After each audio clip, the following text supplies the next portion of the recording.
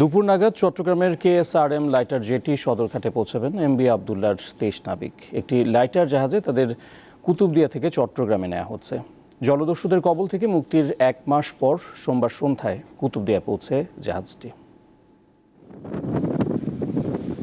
23 নাবিক সহ বাংলাদেশের পতাকাবাহী জাহাজ MV আবদুল্লাহ সোমবার সন্ধ্যায় কুতুবদিয়ায় পৌঁছায়। জলদস্যুদের কবল থেকে মুক্তির ঠিক 1 মাস পর বাংলাদেশে পৌঁছায় জাহাজটি। আল্লাহর অশেষ রহমতে আজকে 13 মে সন্ধ্যে 6টার সময় আমরা কুতুবদিয়ায় ধ্বংস করেছি। আলহামদুলিল্লাহ আমাদের জাহাজের সব অফিসার সুস্থ আছেন, ভালো আছেন। 23 নাবিক একটি লাইটার জাহাজে দুপুর নাগাদ KSRM লাইটার জেটি সদরঘাটে পৌঁছাবে। সেখানে তাদের বরণ করা হবে।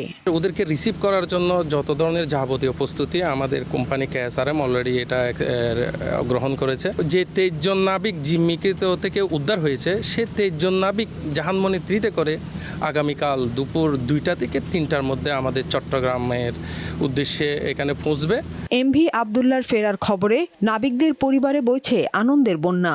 আপনজনকে কাছে পেতে অধীর আগ্রহে অপেক্ষা করছেন তারা। ছেলে আসলে তো নতুন আবার ঈদ শুরু করবার কি আলহামদুলিল্লাহ ছেলেকে নিয়ে নানান আয়োজন করছি। ছেলে কি কি পছন্দ করে খাওয়ার জন্য এগুলোর আয়োজন করছি।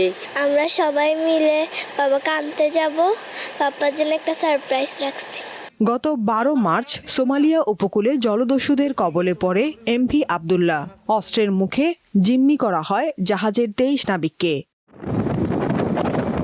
সাদিয়া চৌধুরী, দীপ্ত বার্তাকক্ষ।